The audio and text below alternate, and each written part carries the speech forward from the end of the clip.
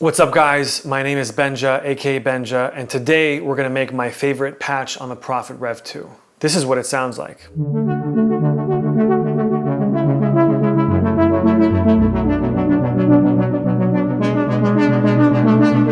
Now I love this patch. I've used it across my whole EP Pacific, which I released last year, and I want you to have it as well. Now, quite a few people have asked me for either patches or tutorials on how I make my patches or presets. And I'm happy to announce that I've compiled a sound bank of 24 really high quality sounds for you to buy off of Gumroad. I'm gonna leave a link in the description below, and somewhere in this video, I'm not gonna say where, you're gonna have to watch until the end, but I'm gonna be flashing a discount code. And if you use it at the checkout, you will get this sound bank for free. It's limited to the first 10 people, so make sure you watch until the end of this video and grab that sound bank because it's highly worth it. The patch that we're gonna create today is called Blue Brass, and it's named after my song Blue Skies. Let's dive right in. Let's make it. So our starting point is going to be a factory patch, F2 P13. The name of the patch is Tighter Brass C. Let's hear what it sounds like.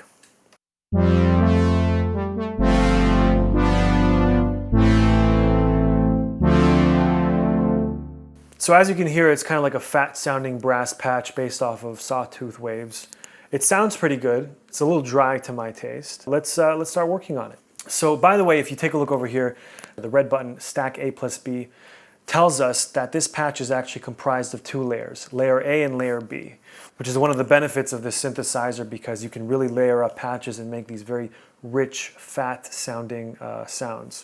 By default, any knob that we turn is going to alter layer A.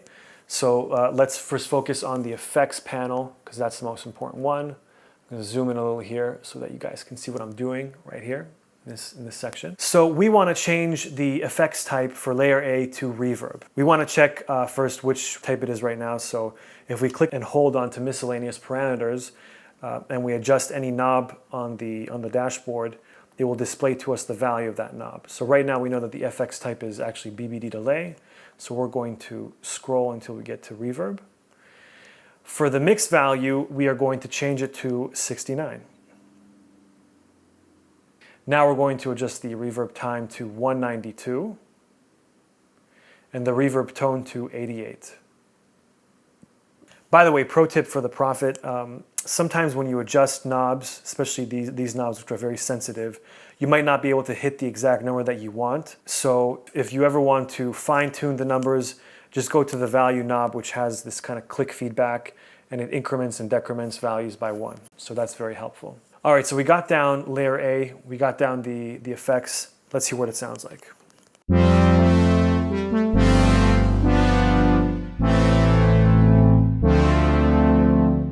All right, so already we're hearing some more space, right? That reverb obviously kind of expands the patch, makes it sound a little bit larger. Let's go into layer B. So we're gonna tap on this button right here, edit layer B, and we are going to make sure that the effects type is delay mono, which it is. The mix is going to be 55. By the way, before we adjust the other two parameters, something very important regarding delay. When you apply delay to any kind of synth patch, in my opinion, it is important to make sure that the delay echoes or the delays are synced to the BPM of your track. So in this case, if we look over here on our small display on the Prophet Rev2, the BPM is currently 120. Usually, you know, when you make dance tracks, it's going to be around 128. You want to make sure that the BPM, first of all, the delay is synced to the BPM, so we're going to click on clock sync. And you also want to make sure that on the DAW, on the digital audio workstation, the BPM is matched to the same BPM on your Prophet. We want to adjust the sync time to 8th. And last but not least, we want to adjust the delay feedback to 78. Okay, we're pretty much done. One last thing, when you are dealing with stack patches, right, patches that are comprised of layer A and layer B, you want to make sure that you click and hold onto the edit layer B until it flashes. Now what this essentially tells you is that any knob that you adjust right now is actually going to apply to both layer A and layer B. If we didn't have this on, and let's say I play around with the cutoff of the filter, if I'm not mistaken, I think this patch is, you know, layer A is panned to the left and layer B is panned to the right. If I play around with the cutoff filter, I'm going to hear the patch open up on the left side, but nothing's going to happen on the right side. It's going to become lopsided. So we want to make sure that any knob that we're twisting is going to apply to both layers. So I think now we're good. Let's hear what it sounds like.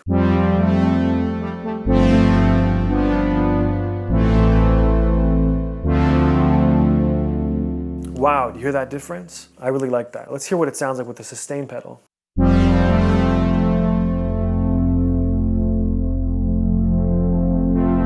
I'm just playing around with some knobs here.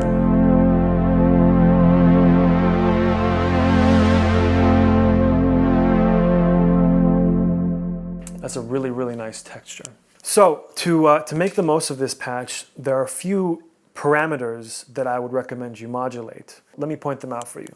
First one is obviously the filter, right? So you can either, expand the patch, or you can also close it down, gives it a different effect. When you use a sustain pedal, which I am using, you can't see it underneath here, but I have a sustain pedal. If I play a chord and then I hold the sustain pedal, what you hear is that the attack is going to go up, and at some point it's going to stabilize in a particular place and it sounds kind of closed. So if you want to open up that sustain, I would go to the sustain knob over here and I would turn it up. And you can hear as I'm turning it up, the patch is opening up. So that's one thing that you can play around with. So you got the cutoff of the filter and you got the sustain of the filter. If you're doing plucks, for example, sometimes you can play around with the resonance. And it gives also an interesting effect. Last but not least is the mod wheel. So the mod wheel, what it does is it detunes both layer A and layer B. It gives it more of like a sinister sound. So let's hear what it sounds like.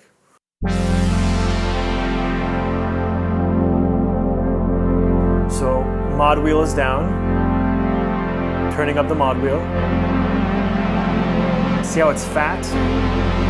Mod wheel down. Now everything's kind of straight.